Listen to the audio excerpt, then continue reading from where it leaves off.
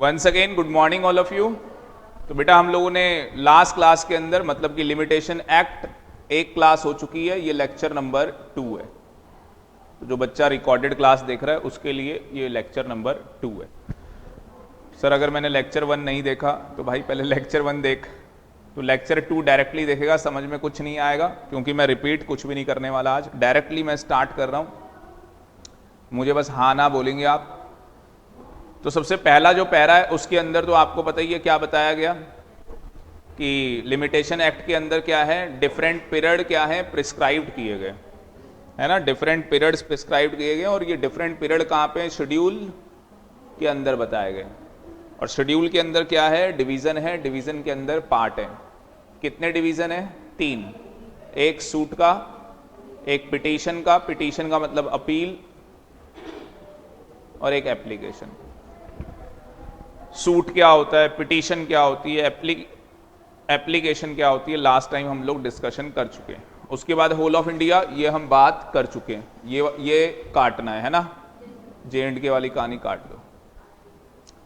उसके बाद एक केस हुआ यहाँ पे, केस का नाम Bombay dining and manufacturing company limited, state of Bombay के अगेंस्ट ये केस हुआ। और इस केस में क्या बोला गया कि अगर एक बार लिमिटेशन क्या हो जाएगा, पीरियड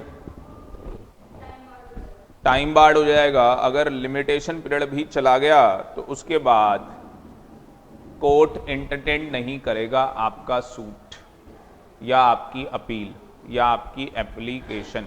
बट कुछ वहां पे कहानी में ट्विस्ट है, तो जिसका चार्ट हम लोग बनाने जा रहे हैं। तो चार्ट बनाएंगे मेरे साथ बढ़िया सा, ठीक है जी। ऊपर केस लॉ का नाम लिख लो। अच्छा एग्जाम में चार्ट मत बना के आ जाना, नंबर नहीं मिलेंगे भाई।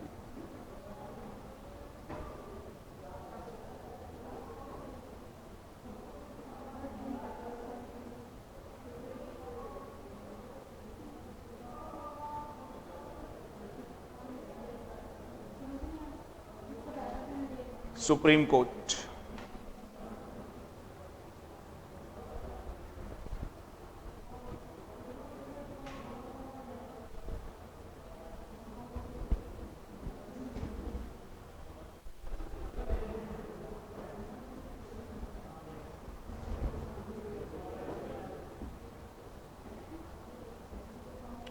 तो ये क्या करता है आर्यंश, लिमिटेशन एक्ट के अंदर 1963 के अंदर क्या बता रखा है हमें, सेक्शन 3 में बता रखा है हमें।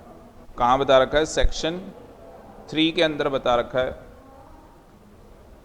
और सेक्शन 3 में बोला हुआ है, bar the remedy in a court, bar the remedy in a court,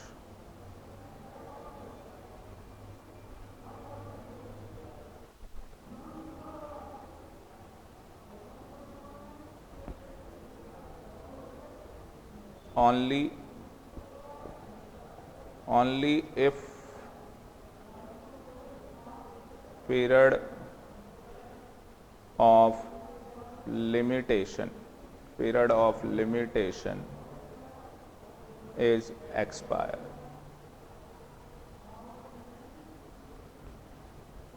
In other words,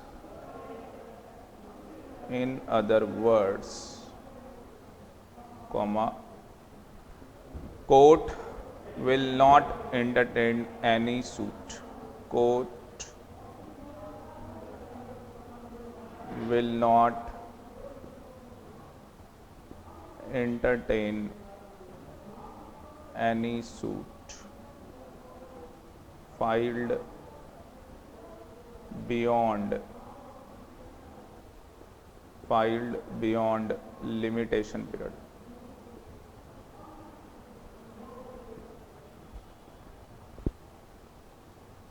example लिख लेना,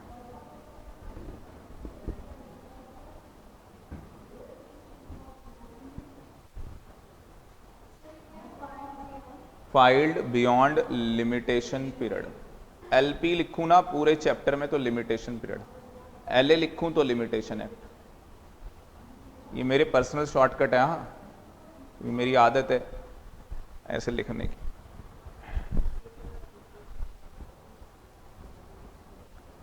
तो क्या कह रहा है, समझ में आ गया? Bar the remedy in a court. Court में रेमेडी क्या हो जाएगी? बार हो जाएगी। मतलब कि कोर्ट आपकी नहीं सुनेगा। कब नहीं सुनेगा? जब लिमिटेशन पीरियड क्या हो जाएगा? एक्सपायर। लिखा है ना, कोर्ट विल नॉट एंटरटेन। तो आपने जो सूट फाइल किया है, आपने क्या किया है, जो सूट फाइल किया होगा वो सूट वो एंटरटेन नहीं करने वाला। अब मैंने ये लिख के काट दिया तो मुझे समझ में आ गया कि bar the remedy in a court का मतलब क्या है कि जो मैंने सूट फाइल किया, और कब फाइल किया? लिमिटेशन पीरियड के बाद किया। तो उस केस के अंदर कोर्ट मेरी एप्लीकेशन को एंटरटेन नहीं करने वाला। मतलब कि वही वाली बात है कि मेरा सूट बनेगा ही नहीं, वो प्लेंट ही रह जाएगा। बस सूट कभी बन ही नहीं पाया। वो स्कूल में एप्लीकेशन तो दी, बट वो एप्लीकेशन एक्सेप्ट ही नहीं हुई, क्योंकि तुम हमेशा झूठ बोलते हो, मैं बीमार हूं, सिर में दर्द है, ये है वो है। ठीक है, पता लग चुका है अब। एग्जाम्पल इसमें क्या है कि मिस्टर ए ने क्या किया? लोन लिया, और लोन लेने के बाद वो क्या कर गया? डिफॉल्ट कर गया। अब जब कोई लोन लेने के बाद डिफॉल्ट कर जाए तो कितने टाइम पीरियड में? लिमिटेशन पीरियड क्या है उसका? वेरी गुड, 3 इयर्स का टाइम पीरियड है कि 3 साल के अंदर अंदर हमें क्या करना है? उसके अगेंस्ट सूट फाइल करना है फॉर रिकवरी ऑफ डेप्ट। अब वो 3 साल क्या हो गए? एलपी हो चुके हैं। एलपी मतलब एक्सपायर हो चुके हैं, लिमिटेशन पीरियड एक्सपायर हो चुका है। तो क्या मुझे बताओ, कोर्ट में मुझे रेमेडी मिलेगी? नहीं मिलेगी। वेरी गुड, कोर्ट में कोई रेमेडी नहीं मिलेगी। कोर्ट में मुझे कोई रेमेडी नहीं मिलेगी।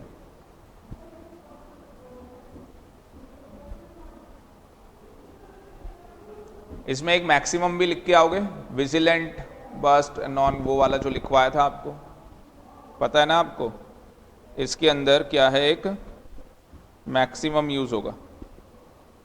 वो कहाँ लिखा हुआ है मैक्सिमम? जहाँ ये चैप्टर अंतिम सांस ले रहा है, खत्म हो रहा है, लास्ट में ये वाला मैक्सिमम यूज होगा। विजिलेंट, बस्ट, नॉन, डॉर्मेंट, जुरास, कि ये लॉ बताया था ना आपको, केवल उन्हीं की हेल्प करता है जो लोग विजिलेंट होते हैं, जो स्लीपलेस होते हैं, एक्टिव होते हैं। जो स्लम्बर है, लेजी है, ठीक है ना, नींद में रहते हैं, उनके लिए कानून नहीं है। तो ये मैक्सिमम लिख के आना है। जब केस भी आ जाए तो भी लिख के आओ, इन जर्नल आ जाए तो भी लिख के आओ। मैं कह रहा हूं पूरे लिमिटेशन एक्ट में कोई क्वेश्चन आ जाए 5 नंबर का, ये मैक्सिमम लिख के आओ। बताना मत किसी को ये ट्रिक, और हर चैप्टर में ये ट्रिक मत कर लेना, सर ने ये मैक्सिमम बताया, सर ने कहा कोई इस चैप्टर के अंदर है केवल ये ऐसा। बोलो क्यों? एक ही मैक्सिमम यूज हो रहा है इस पूरे चैप्टर में और वो इसका ऑब्जेक्टिव है, वो इसका क्या है? ऑब्जेक्टिव। इसलिए वो कहीं भी फिक्स हो जाएगा और हम लिख के आ जाएंगे तो होगा क्या? जो पढ़ रहा होगा उसकी गाइडलाइन आंसर में भी ये लिखा नहीं होगा मैक्सिमम, पर उसको पढ़ के लग रहा कुछ तो है, और ये पढ़ेगा जब उसका मतलब, तो उसको पता लग जाएगा भाई क्या मतलब है। तो जहां हमारे एक मतलब 5 में से हमारे 3 आ रहे थे, क्योंकि आंसर भी हमारा ठीक ठाक था पर पूरा नहीं था, तो 4 हो सकते हैं ठीक है, तो ये चीजें बताता रहूंगा। आज बता दी एक चीज, वापस आ जाओ। मार्क्स लेने के तरीके तो मैं बताऊंगा तुम्हें। जैसे आज सिक्योरिटी लॉ की क्लास लोगे, बड़े खुश हो जाओगे, दिल तुम्हारा इतना खुश हो जाएगा, तुम कहोगे भाई मजा आ गया। आज छोड़ दूंगा बिल्कुल 5 मिनट में, 10 मिनट पहले छोड़ दूंगा उल्टा आज। अरे मेरा तो आज क्या था, गृह प्रवेश है, भाई ने घर लिया एक,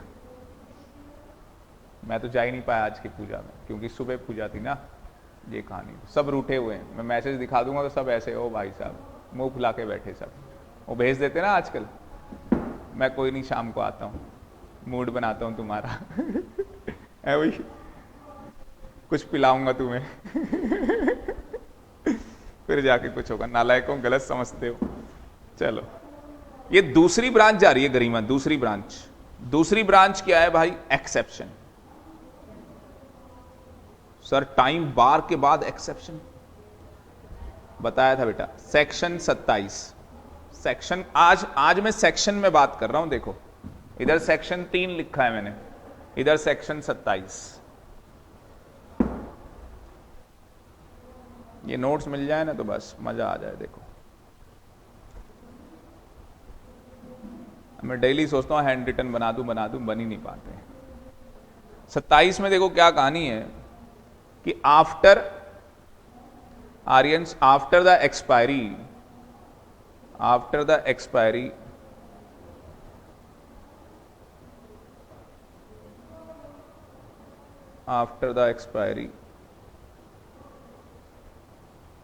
of limitation period, LP. Muskan LP, हाँ बाकी शिखा को पता है क्या है LP.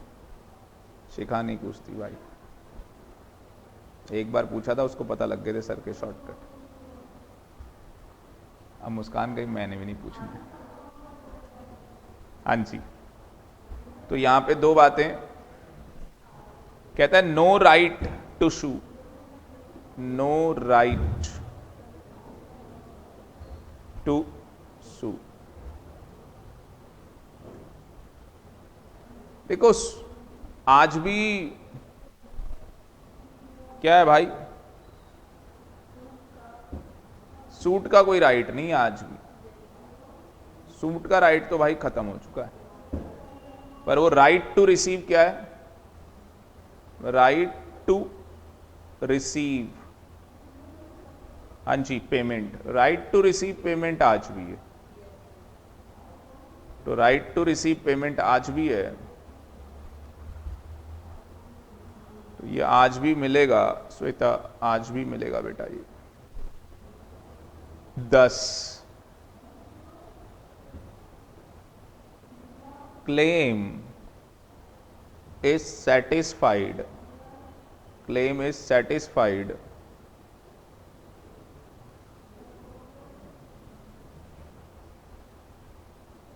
outside the court of law,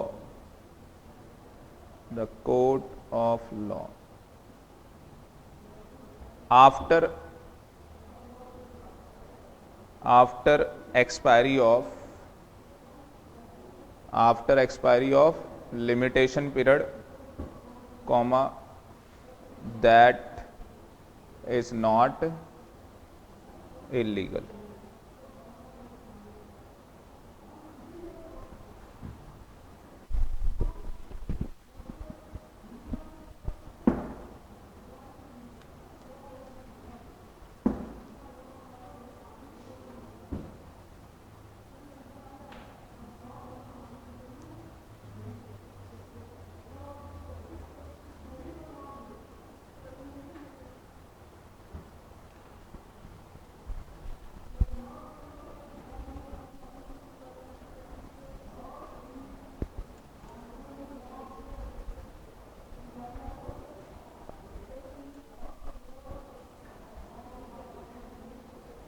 ये सेक्शन 27 था ना, तो सेक्शन जो 27 है उसकी हेडिंग क्या होगी? देखो सेक्शन 27 की क्या हेडिंग बनेगी? Limitation period bar, bars right to sue. किसको बार किया? राइट टू सू को बार किया। And not right to receive payment. तो ये हेडिंग है भाई सेक्शन 27 की, कि लिमिटेशन पीरियड ने किसको बार किया? राइट टू सू को, and not right to receive payment.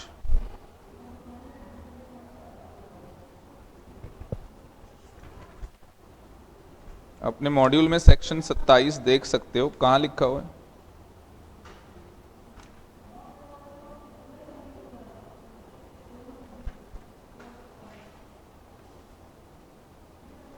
कहाँ है भाई 27?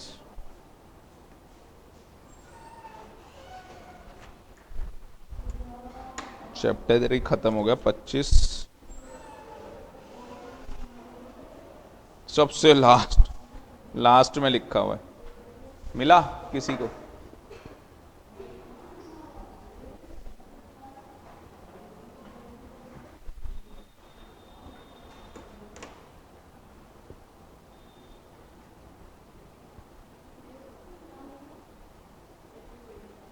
मिला?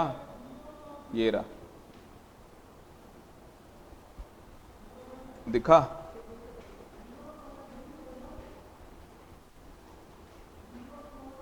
यहां लिखा हुआ है सेक्शन 27।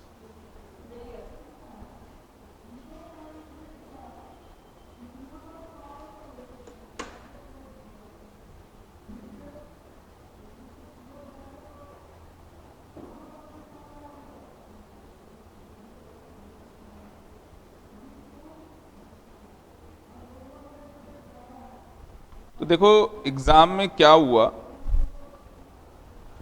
एग्जाम के अंदर ध्यान से सुनना, कह रहे थे ड्राफ्टिंग सिखा दो सर, आंसर कैसे ड्राफ्ट होता है। तो एक केस स्टडी बनी हुई आ जाएगी आर्यन। केस स्टडी में क्या लिखा होगा कि रीपेमेंट ऑफ लोन था, डिफॉल्ट कर गया, 3 साल खत्म हो गए, लिमिटेशन पीरियड। ये नहीं लिखा होगा कि एक्सपायर हो गया, मतलब बस ये बता रहा होगा ऐसा हो गया कि 3 साल हो चुके। अब आप बताओ जी कोर्ट में मतलब कि क्या होगा, सीधे पूछ लिया आपसे अब क्या होगा। तो आपको सबसे पहले क्या करना है, अगर आपको केस लॉ का नाम पता है तो सबसे पहले केस लॉ का नाम लिखेंगे, ऊपर हेडिंग डालनी है आपने, मैं बता रहा हूं आपको तरीका। तो एग्जाम में आ गया, सबसे पहले हेडिंग डल जाएगी, उसमें लिखा जाएगा केस लॉ, ऐसे हेडिंग डाल देनी है और यहां केस लॉ का नाम आ गया, नाम आ गया। उसके बाद ये जो केस लॉ बोलता है वो बताओ। अब कैसे बताओगे, देखो मैंने आपको सिखाया ये केस लॉ क्या बोलता है। आपने देखा ये केस लॉ क्या बोल रहा है, आपने यहाँ पे ये देखो, ये यही तो बोल रहा है ये केस लॉ।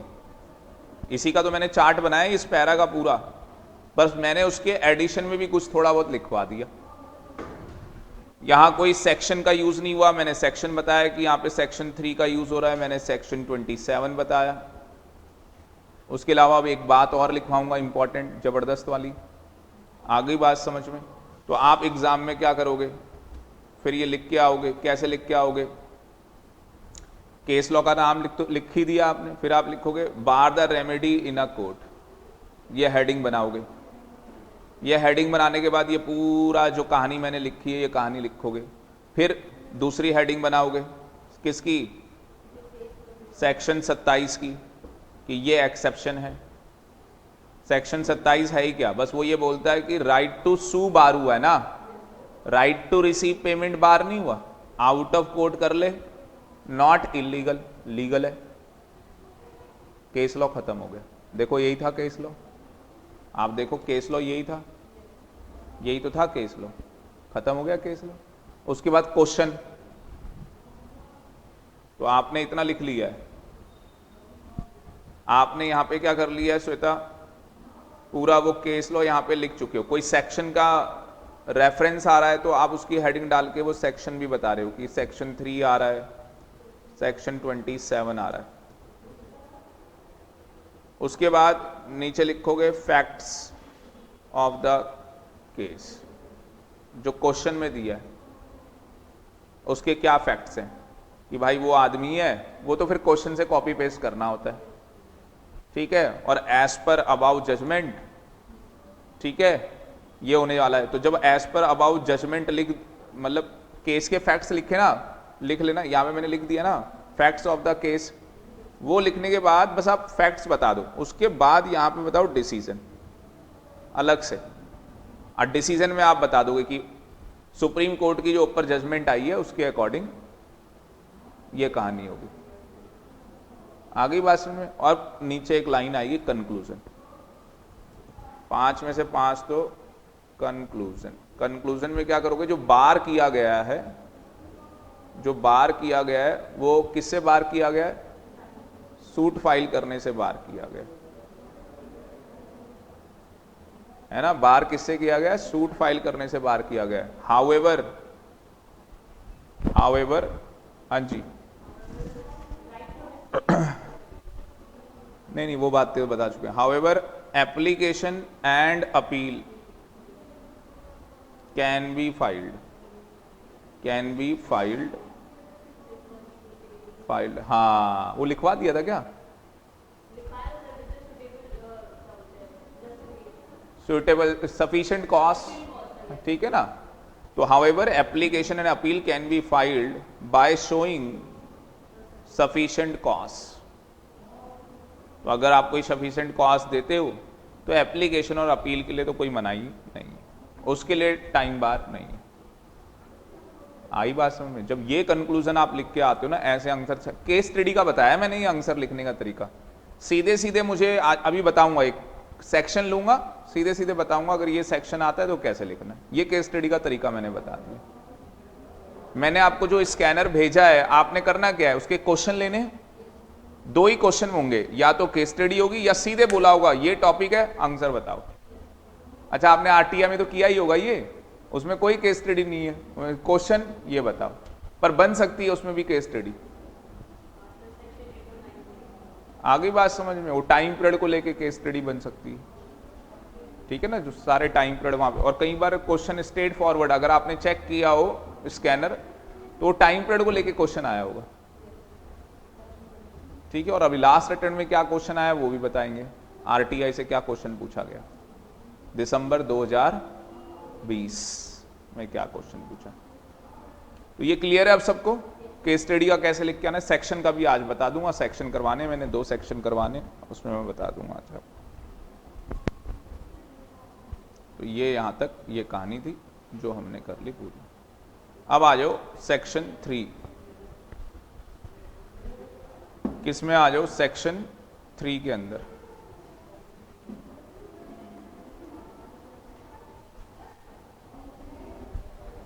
तो सेक्शन 3 क्या कह रहा है, अंची श्वेता पढ़ो, सेक्शन 3 क्या कह रहा है बेटा।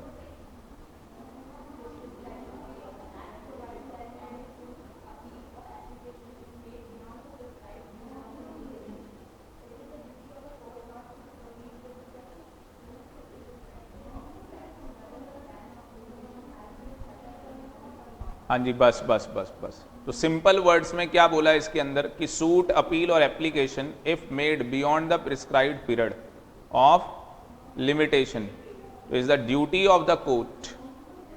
कोर्ट की क्या है, ड्यूटी है। और क्या ड्यूटी है कि भैया उस सूट को प्रोसीड ना करे, चाहे डिफेंडेंट कह दे,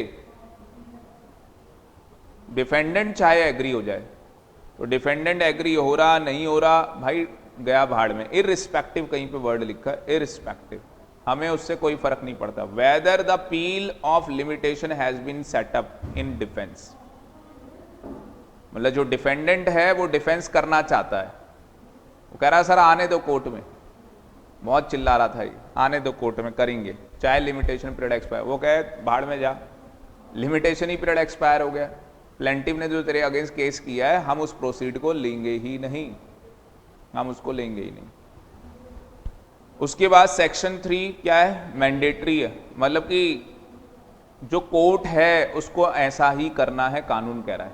मतलब कि इसमें कोर्ट अपनी डिस्क्रिप्शन नहीं चलाएगा, जैसे वो देखा ना जॉली एलएलबी, तू ला सबूत, तो वो कहानी नहीं चलेगी। मतलब वहां पे अगर लिमिटेशन पीरियड चला गया कोर्ट ले ही नहीं सकता, कहानी खत्म है। The court can suo motu notice of question of limitation, आगे पढ़ना, the question whether suit is barred by limitation should be decided on the facts they stood on the date of presentation of plaint. देखो आया ना plaint word, अब मुझे बताओ ये wording काम आएगी नहीं आएगी पेपर में।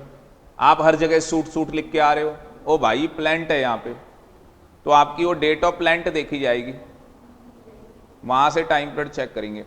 और ये बहुत ही इंपॉर्टेंट है पूरे एक्ट के लिए, पूरा एक्ट इसी के ऊपर क्या है, डिपेंड है।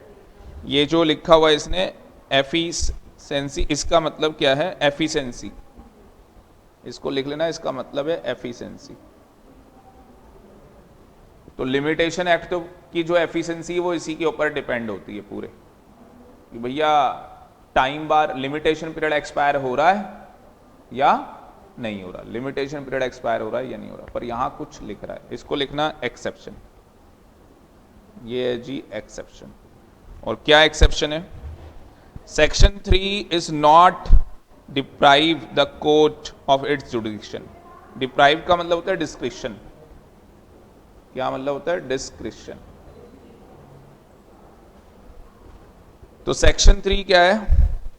वो कह रहा है इज नॉट, मतलब कि ये कोर्ट ऑफ इट्स जुडिक्शन, ये कोर्ट की डिस्क्रिप्शन नहीं चलेगी यहां पे।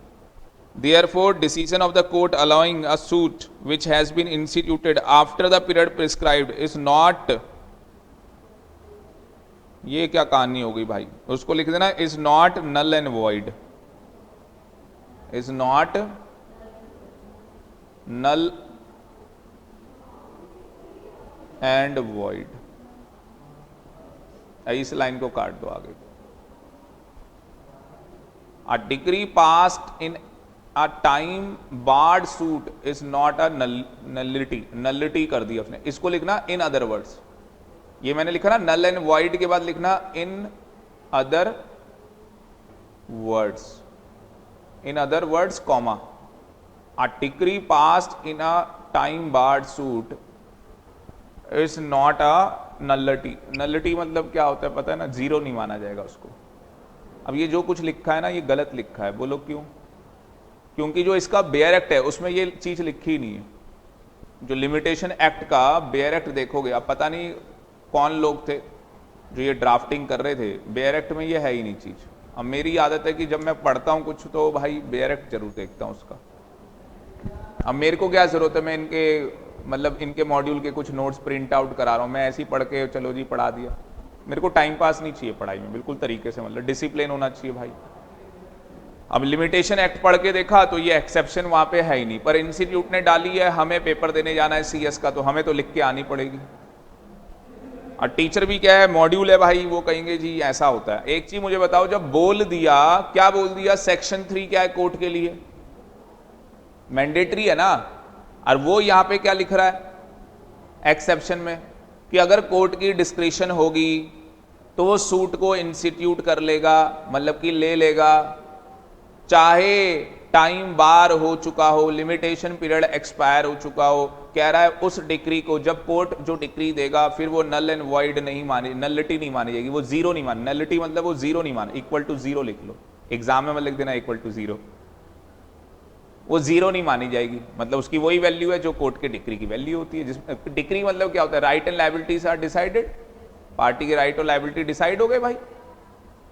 पर देखा जाए तो जब बोल दिया था कि ये सेक्शन 3 मैंडेटरी है, तो एक्सेप्शन कैसे बन गया भाई? और दूसरी बात कि जब बेयर एक्ट में ही नहीं लिखा हुआ, आपने लिखा हुआ है, तो ये कुछ क्या है?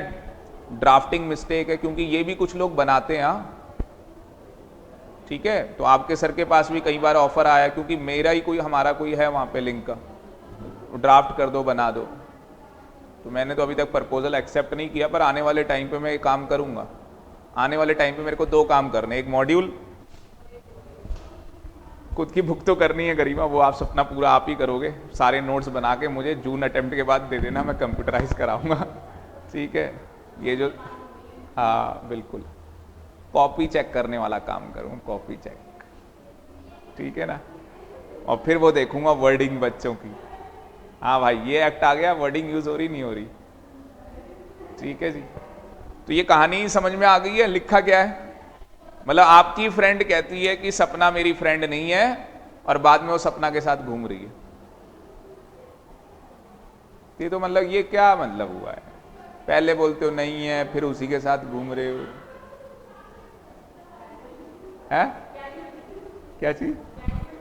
अच्छा, तो ये अपनी समस्या में से बाहर है। मतलब आप बेस्ट फ्रेंड हो किसी के, और फिर भी उसको आप ऐसा बोल देते हो कि वो मेरी फ्रेंड नहीं है, फिर तो हर्ट होगा, गलत है भाई। क्या है भाई, मैंने कौन सी हूं वो मेरी दुश्मन है?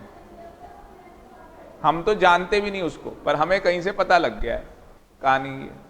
फिर भी तुम ऐसा करो। जब बोल दिया कि भाई टाइम बार हो जाए तो उसके बाद कोर्ट सूट को इनिशिएट नहीं कर सकता, यहां तुम कह रहे हो वो दोबारा कर लेगा इनिशिएट और उसकी डिग्री आएगी, वो माननी पड़ेगी, वो जीरो नहीं होगी। ठीक है जी, तो लिख लेना एक्सेप्शन है। बाकी आ जाए सेक्शन 3।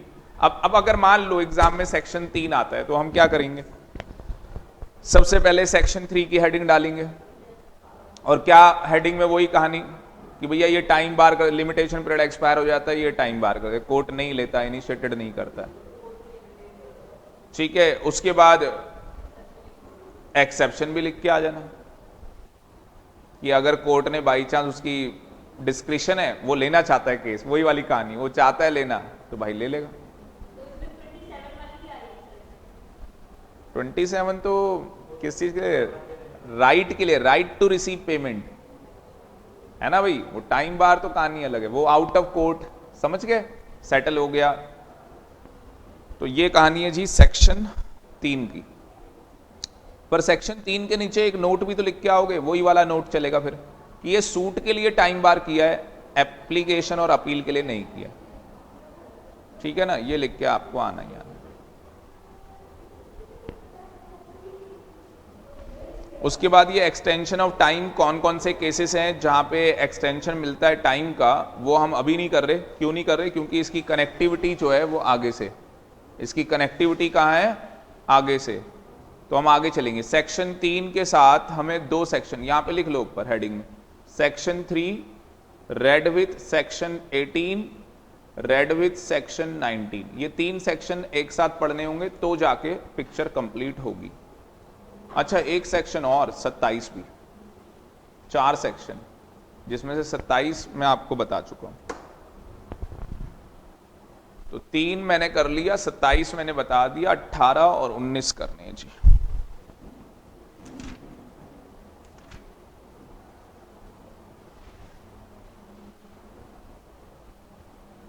तो 18 निकाल लेते हैं।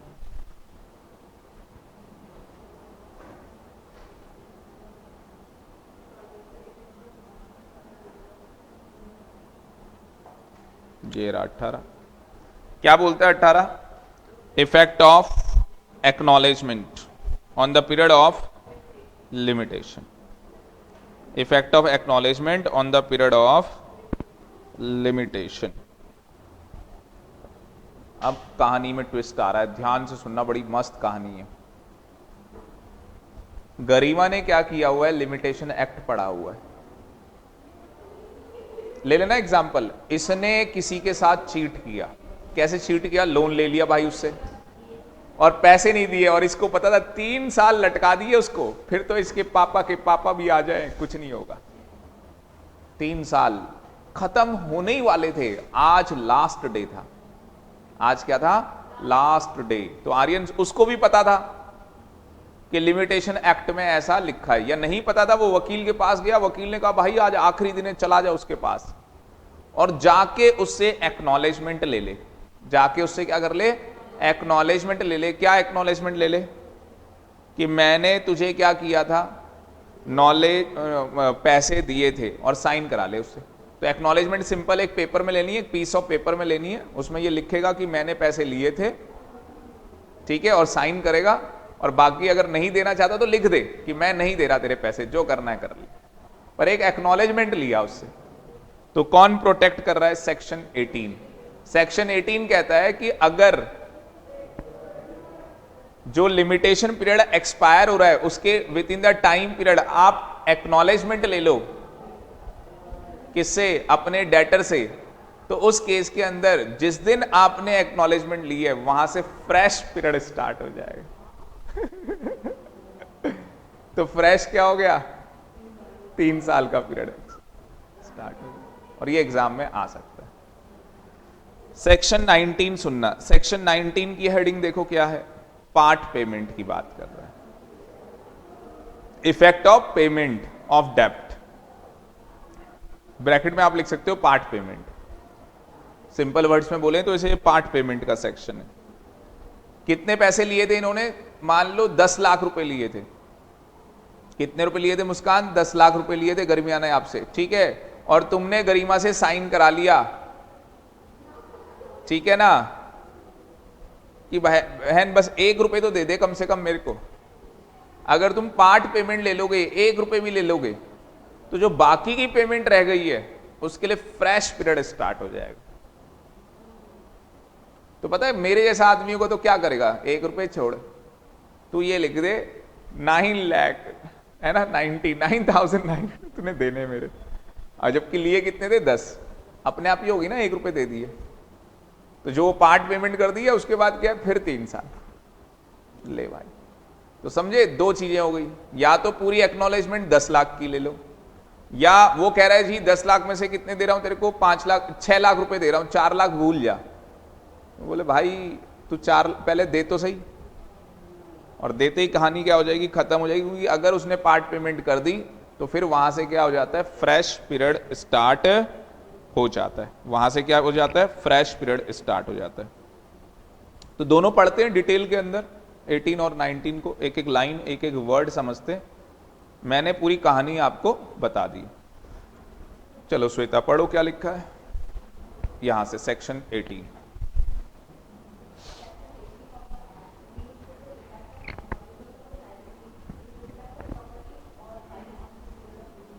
तो देखो यहां पे 2 बातें, एक्नॉलेजमेंट हम ले रहे हैं किस चीज के लिए ले रहे हैं, लायबिलिटी के लिए। और वो लायबिलिटी किसके रिस्पेक्ट में हो सकती है, नंबर 1 प्रॉपर्टी के रिस्पेक्ट में, और number 2 right on the period of limitation में हो सकती है। तो कोई प्रॉपर्टी है, प्रॉपर्टी क्या है, हाँ जी, प्रॉपर्टी मूवेबल इमूवेबल, ठीक है ना। और इमूवेबल के अंदर क्या है प्रॉपर्टी, अच्छा मूवेबल में भी टेंजेबल इंटेंजिबल भी हो सकती है। मूवेबल प्रॉपर्टी टेंजेबल भी होती है और इंटेंजिबल भी होती है, ठीक है। इंटेंजिबल कैसे होती है, मूवेबल प्रॉपर्टी कैसे हो जाएगी इंटेंजिबल, इमूवेबल में होगा ना नालायकों। इमूवेबल जो प्रॉपर्टी होगी वो टेंजेबल भी होगी और इंटेंजिबल भी हो सकती है, जैसे वो क्या बोलते हैं आपका, आप अलग से लिख लेना, इसमें मिक्स मत करो, आप सीधे लिख लो मूवेबल प्रॉपर्टी, इमूवेबल प्रॉपर्टी, और प्लस कौन सी प्रॉपर्टी बोला मैंने, intangible property. Intangible property patent, goodwill, trademark, copyright, ये सारी चीजें आ जाएंगी, तो ये इंटेंजिबल होती है। तो यहां पे कितनी कंडीशन सेटिस्फाई करनी है, 4।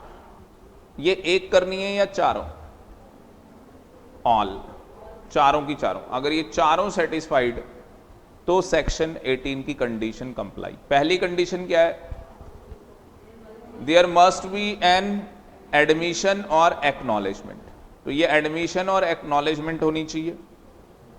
ये एक्नॉलेजमेंट किस में है, राइटिंग में ही है ना, ये राइटिंग में ही होगा भाई। Such acknowledgement must be in respect of any property और right. Such acknowledgement must be in respect of any property or right। मतलब ये जो एक्नॉलेजमेंट हो सकती है वो किसी भी प्रॉपर्टी के लिए हो सकती है ना, फिर चाहे वो कौन सी प्रॉपर्टी हो, मूवेबल हो, इमूवेबल हो, टेंजिबल हो, इनटेंजिबल हो, कुछ भी हो, किसी भी के लिए भी हो सकती है। It must be made before the expiry of limitation period. देख लो आपको एक्नॉलेजमेंट कब ले लेनी है, लिमिटेशन पीरियड एक्सपायर होने से पहले ले लेनी है आपको। It must be in writing, वो राइटिंग मैंने पहले ही बता दी, वो राइटिंग में लेनी है। And signed by the party against हुम सच प्रॉपर्टी और क्लेम। आप समझ गए, ये जो प्रॉपर्टी और राइट की बात कर रहे थे, तो जिस पर्सन से है उसी से जाके लोगे ना एक्नॉलेजमेंट, ये थोड़ी ना कि किसी और से जाके ले लिया आपने। तो पहला क्या हो गया, एक्नॉलेजमेंट लेनी है। दूसरा क्या हो गया सर, ये किसी भी प्रॉपर्टी और राइट से रिलेटेड हो सकती है। तीसरा लिमिटेशन पीरियड एक्सपायर होने से पहले, और सर राइटिंग में लेनी है और उसी बंदे से लेंगे जिसको हमने क्या है, लोन दिया है, या वो प्रॉपर्टी दी है, या जो भी जिससे हमारा क्लेम ड्यू है, उसी बंदे से करना है। नीचे पढ़ो क्या लिखी है एक लाइन, इफ ऑल वर्ड को circle mark, all the above requirement are satisfied. Satisfied होगी तो क्या हो जाएगा, fresh limitation period shall be computed from the time when acknowledgement is signed. तो सिंपल वर्ड्स में कह सकते हैं कि fresh limitation period will be started, ठीक है। और कब से, when the acknowledgement is was sign, जहां से साइन की होगी बस, तो साइनिंग की डेट होगी। एक चीज याद रख लेना, आज के बाद कहीं पे भी साइन करो वहां पे क्या लिखो, डेट। डेट लिखनी बहुत जरूरी है, क्योंकि जिस डेट को आप साइन कर रहे हो, और मान लो वो कोई एग्रीमेंट है, उसका इफेक्ट रहना ही 3 साल है, अब कोई आ जाए 10 साल के बाद, देखो जी इसने साइन किया, ये क्या ड्रामा है, ठीक है, और फिर आपके ऊपर कोई लाइबिलिटी अराइज हो जाए, तो उससे अच्छा साइन कर दो तो ना अच्छा रहता है। अब हम लोग साइन तो कर लेते हैं, डेट लिखते नहीं, डेट लिखनी जरूरी है। अच्छा, चेक में जब साइन करते हो तो वहां पे क्या करोगे, वहां बस साइन कर दो, डेट तो ना वो ऊपर ही रहती है। ओके, सर ने सिखाया है भाई, जहां साइन करना डेट डालो, में वहां साइन किया, नीचे डेट डाल दी, ठीक है। तो ये कहानी है, क्योंकि जो चेक होता है उसमें डेट का कॉलम ऊपर होता है, तो वहां जरूरत नहीं है। बाकी हर जगह आप करो, चाहे डेट का कॉलम हो ना हो, कुछ भी हो, आप हर जगह करो ऐसा। 19 में आ जाओ। 19 क्या है, पार्ट पेमेंट है। क्या बोलता है पार्ट पेमेंट, पढ़ो श्वेता क्या कहता है।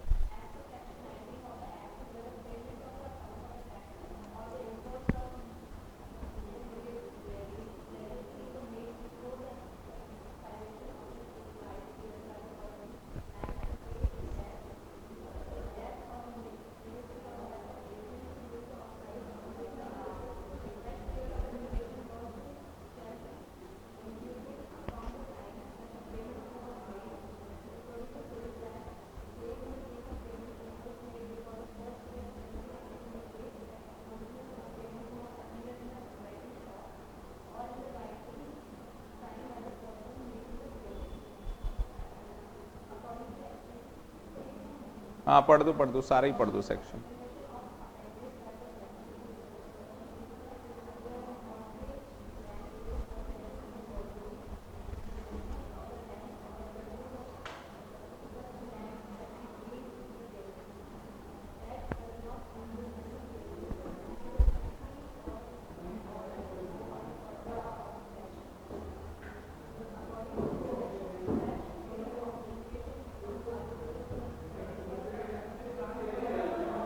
Part payment of debt is made by the debtor before the expiry of limitation period। देखो क्या कहानी, सबसे ऊपर क्या बोल दिया सेक्शन 19 के अंदर, सबसे ऊपर जो उसने कहानी लिख दी कि अगर कोई भी हमें क्या कर देगा, पेमेंट कर देगा, payment on the account of डेब्ट और इंटरेस्ट। तो अगर कोई भी हमें बिफोर द एक्सपायरी पीरियड क्या कर देगा, पार्ट पेमेंट कर देता है हमारा जो भी डेब्ट है, तो उस केस के अंदर फ्रेश लिमिटेशन पीरियड क्या हो जाएगा, स्टार्ट हो जाएगा। Fresh limitation period will B start. अब उसके बाद यहां पे जो लिखा था ये अकॉर्डिंग वाला, according to the explanation amended to this section, कुछ इसको थोड़ा सा अमेंड किया गया। कैसे अमेंड कर दिया इसको, कहते हैं where mortgage land is in the possession of mortgagee, आपकी लैंड है तो आप कौन हो गए, मोर्टगेजर, और जिसको आपने लैंड दी, जिसको आपने लैंड पोजीशन में दी, वो कौन है, मोर्टगेजी। तो क्या मैं बोल सकता हूं मोर्टगेजर वो है जिसके पास टाइटल है, तो यहां पे दो पार्टी हुई, एक बंदे के पास टाइटल, वो कौन है, मोर्टगेजर, और दूसरे बंदे के पास पोजीशन, वो कौन है, मोर्टगेजी।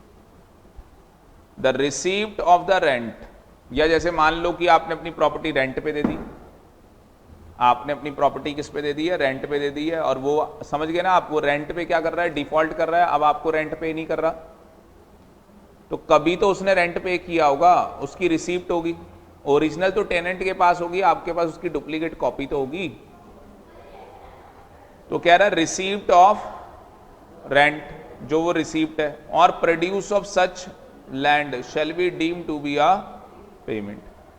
या तो आप वो क्या कर दो, वो जो मोर्टगेज डीड बनाई थी उसके कागज वो कर दो कि सर देख लो मोर्टगेज डीड बना रखी है, ठीक है, या क्या कर दो वो रेंट रिसीप्ट कि सर देख लो इसको रेंट पे ये घर दिया था, ये देता नहीं है अब आगे के पैसे, तो हमारे पास क्या है, वो रिसीप्ट है हमारे पास, तो भी क्या हो जाएगा, चल जाएगा। उस केस तो भी क्या हो जाएगा, चल जाएगा। मतलब आपके पास रिसीप्ट है ना, आप मान लो मेरा कोई टेनेंट है, मैंने उसको किराए पे मकान दिया हुआ है, पहली बार मैंने उसको रिसीप्ट, उसने मेरे को पेमेंट की, मैंने उसको रिसीप्ट दे दी। अगली बार से मैं बाहर चला गया, मैंने उसको बोला था मेरे अकाउंट में हर महीने पैसे क्रेडिट कर दियो, उसने क्रेडिट किए ही नहीं। आज 10 महीने बाद मैं दोबारा इंडिया आ गया, तो उस केस के अंदर क्या होगा, जब दोबारा मैं 10 महीने बाद इंडिया में आ गया हूं, अब तो मैं 10 महीने में आ गया हूं, तो मैं उससे जाके क्या बोलूंगा कि भैया ये इतना सारा पैसा जो भी है 2 लाख 3 लाख दे, वो नहीं दे रहा है, तो मुझे उससे क्या करना पड़ेगा, पार्ट पेमेंट क्या करनी पड़ेगी, रिसीव करनी पड़ेगी। पार्ट पेमेंट क्या करनी होगी, रिसीव करनी पड़ेगी। अगर पार्ट पेमेंट मैं उससे ले लेता हूं,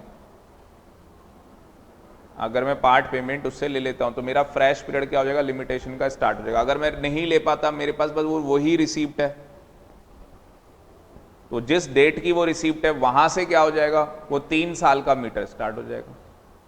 मॉर्गेज डीड है, ठीक है ना, अब वो डीड में साइन किए होंगे, तो वो साइन की डेट से स्टार्ट हो रखा होगा पीरियड। आ गई बात समझ में। डेप्ट does not include money payable under a decree और court order of a court for the purpose of this section. मतलब कि यहां पे अगर कोई कोर्ट की डिक्री आई है, कोर्ट का कोई ऑर्डर आया है, कोर्ट ने बोला है पैसे देने प्रिया को, वो डेप्ट यहां पे डेप्ट नहीं माना जाता। क्यों, उसमें कोई लिमिटेशन नहीं भाई, कोर्ट ने बोल दिया ना 10 लाख देने प्रिया को, कहानी खत्म हो गई, वो क्या लिमिटेशन पीरियड बोल दिया ना कोर्ट। मतलब समझे, जो इनको समझ में आया कि अगर कोर्ट की एक बार डिक्री आ गई कि भाई तुमने 10 लाख रुपए देने, अब 3 साल हो गए इसने पैसे नहीं दिए, 10 साल हो जाए देने ही देने पड़ेंगे। वो तो ये कि तुम वो हो रहे हो, तुम्हें जाके बोलना चाहिए कोर्ट को, कंटेम्प्ट ऑफ कोर्ट इसको बोलते हैं, फिर जाएगा जेल, कंटेम्प्ट ऑफ कोर्ट कर रहा है। सहारा का मालिक पता है ना, सुपुर्तो रॉय, उसको जब मतलब कोर्ट बोला गया, कोर्ट ने, सेशन कोर्ट ने बोला, फिर उसके बाद हाई कोर्ट का नोटिस आया कि भाई साहब आजा जेल, मतलब वो हियरिंग में आजा, वो तो हियरिंग में भी ना आए, सहारा का मालिक इतना बड़ा, वो हियरिंग में भी नहीं आने को राजी भाई साहब। तो पता है क्या हुआ, सुप्रीम कोर्ट के ऑर्डर से जो क्या होता है वो, अब ये समझ लो कि अगर दिल्ली का है तो ऊंची पोस्ट कौन सी होती है पुलिस के अंदर,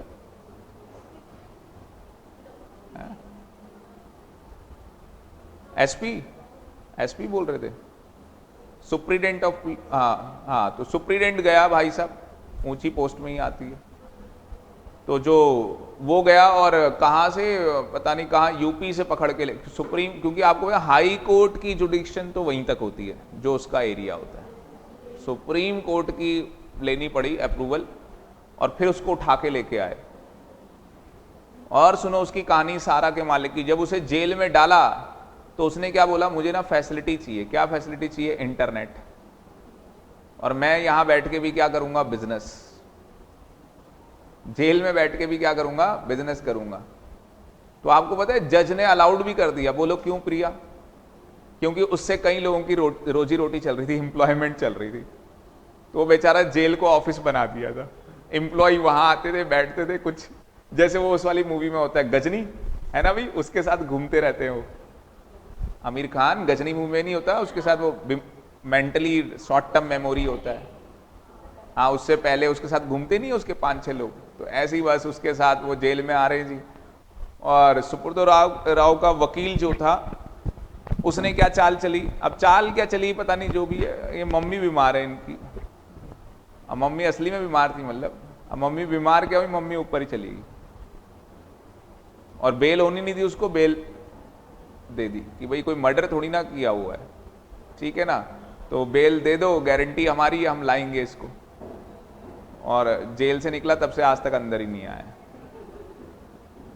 क्योंकि मतलब वो यही चीज से मतलब क्या है, कोर्ट ने बोला पैसे देने, तो वो पता नहीं एक दिन के कितने करोड़ों पैसे दे रहा है कोर्ट को, तो कोर्ट कह रही है हमारे यहाँ जेल में था तो परेशानी होती थी हमें, अब अपने ऑफिस में बैठा है ना, जेल भी तो इसने ऑफिस ही बना रखा था, और उसके हमें पैसे दे रहा है, क्योंकि बेल के ना पैसे देने पड़ते हैं, तो उसके पैसे तो दे रहा है, एक दिन के करोड़ों पैसे दे रहा है, हमारा क्या जा रहा है। सोचो ऐसे ऐसे भी लोग हैं अपनी बेल के करोड़ों पैसे देते हैं कोर्ट को, और कोर्ट भी क्या कह रहा है, भाई पैसा तो आ ही रहा है, और उधर पब्लिक का भी बेनिफिट हो रहा है। पब्लिक का भी क्या हो रहा है, बेनिफिट हो रहा है। भाई जिनकी नौकरियां चल रही ठीक है, ये कहानी।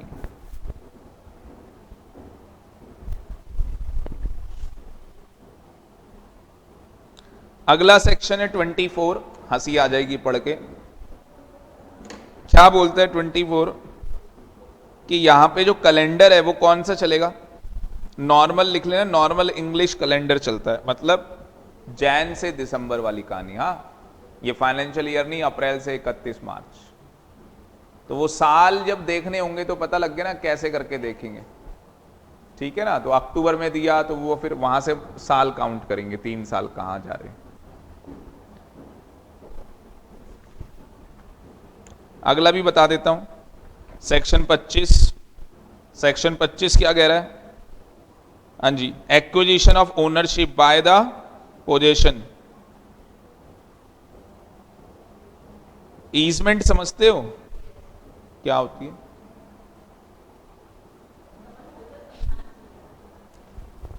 मेरा घर है, ठीक है, ये फेक एग्जांपल ले रहा हूं, अब इतना भी बड़ा घर नहीं है, मतलब वैसे 2-3 घर हैं, वो कहानी अलग है। तो मेरा जो घर है उसमें क्या है जी, पार्किंग। और पार्किंग भाई साहब 500 गज की, 1000 गज की पार्किंग है। ओ भाई, तो मैं क्या अपनी गाड़ियां खड़ी करूंगा वहां पे? कई लोग ऐसे होंगे यार इन जैसे, अरे यार भाई हमारी भी तो गाड़ी खड़ी होने दे। अब मैं बनिया, पैसे भाई महीने के पैसे लगेंगे, धंधा खोल लिया, बिजनेस हो गया वहां पे कि उस गली के जितने लोग हैं सारे हमारे यहाँ गाड़ी खड़ी होती है। 1000 गज का प्लॉट है भाई साहब, खाली पड़ा हुआ है, ठीक है। और मेरे तो घर के साथ है, मेरी तो 4 गाड़ियां खड़ी होती हैं, बाकी सारी कॉलोनी खड़ी हो रही है, और मैं हर महीने क्या ले रहा हूं, पैसे। वो बिजनेस बन गया। इरोज का नाम सुना हुआ ना, जब देखते होंगे बिल्डिंग बनाती है, तो जितनी भी ये मॉल्स बने हुए हैं ये पार्किंग नहीं बेचते। क्यों? वो जब तक वो मॉल रहेगा वो पार्किंग की इनकम इनकी जेब में जाएगी, जो जिस कंपनी ने वो मॉल बनाया है। और आपको पता है सबसे ज्यादा इनकम है पार्किंग की, पता ही होगा आपको कितनी इनकम होती है भाई साहब। और जो मेट्रो की पार्किंग है ये तो टेंडर में बिकती है, मतलब कि इतनी महंगी पार्किंग होगी, टेंडर बिकता है इसका। एक दिन की कमाई लाखों रुपए से ऊपर है। आप कैलकुलेट कर लेना ना खुद ही। अच्छा बाइक आई है तो इतने पैसे लगते, कितनी बाइकें खड़ी हैं आप देखना। ओ भाई, आपने लक्ष्मी नगर की नहीं देखी होगी पार्किंग, ये आगे रोड आगे पार करके है भाई साहब, और इतनी बड़ी पार्किंग है। और बहुत किसी तो मेट्रो स्टेशन में देखी होगी पार्किंग कि कितनी बड़ी पार्किंग है।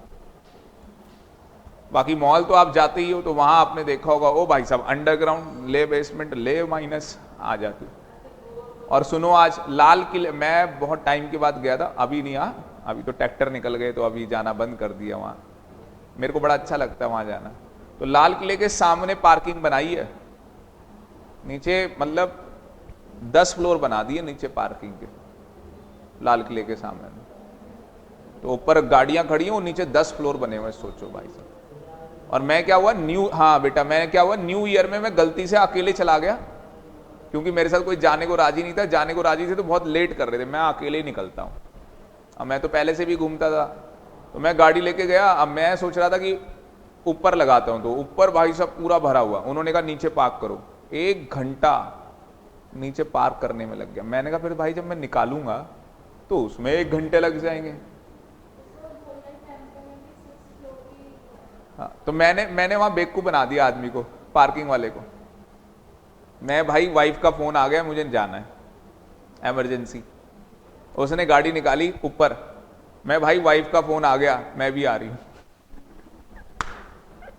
मतलब पहले उसको बोला भाई इमरजेंसी फोन आया है, अब वहां पे ढंग से नेटवर्क नहीं आ रहा था। मैंने कहा भाई गाड़ी ऊपर ले जानी पड़ेगी। अब मैंने कहा वो बोल रहे हैं हम भी आ रहे हैं, तो मैंने कहा भाई तू यहीं कहीं खड़ी कर। तो उसने बेसमेंट में की, पर वो पहले या दूसरे में ही खड़ी हुई, फिर वो नीचे तक नहीं गया मैं। और कभी आप जाना तो वहां क्या, जब पार्किंग करने जाओ ना, कोई भी बहाना मार दो, यार मुझे ना निकलना है अब। नहीं यार मेरा मूड बदल गया। वो उसमें पागल तो नहीं है, ये कैसा आदमी है? हाँ भाई हम पागल ही है, 1 घंटे तो पार्किंग कौन लगवाएगा। मैंने ऐसे, मतलब मेरे दिमाग में था नहीं है, पर कुछ हुआ, मतलब मैंने कहा भाई ऐसा करते हैं। अच्छा हाँ, उसे एक और चीज बोली, अभी याद आ गई, जब मैंने कहा कुछ हुआ, मैंने कहा भाई मेरे ना नीचे जाते जाते थोड़ा ना दिल भी घबराता है। अच्छा एक बार डर भी लगने लगा कि ये क्या हो रहा है, ये भाई वो तो इतनी नीचे ले जा रहे हैं, वहां तो किसी के मार दिए पता भी नहीं लगेगा कहां गया। तो मैंने उसको ऐसे बोला, कह रहा घबराओ मत, चलो मैं ले चलता हूं। ऐसे हुआ। तो ये क्या कहानी लिख, ईजमेंट समझ गए? अब ईजमेंट के ऊपर एग्जांपल दे दिया आपको मैंने, पार्किंग दे दी है, तो मैंने केवल एक पार्क करने के लिए दी है ना गाड़ी। अब ये थोड़ा कि वो आदमी आएगा जी वहां जाके सोने लग गया, चलो जी मैं यहां घर बना लेता हूं, रहा करूंगा। ये क्या ड्रामा है? एक एंजॉयमेंट पर्पस के लिए कि भाई तेरी गाड़ी वहां खड़ी हो जाए, इसलिए दिया था, उसे ईजमेंट कहते हैं। आगे जी बात समझ में? कई बार स्कूल वाले करते हैं, ईजमेंट देते, एक रास्ता दे देते हैं बच्चों को कि भैया यहां से जाया करो, उधर मेन रोड आ रही है उधर से मत जाया करो। अच्छा ये स्कूल की होती है, तो धीरे धीरे देखा होगा कुछ आम लोग भी वहां से आना जाना स्टार्ट कर देते हैं।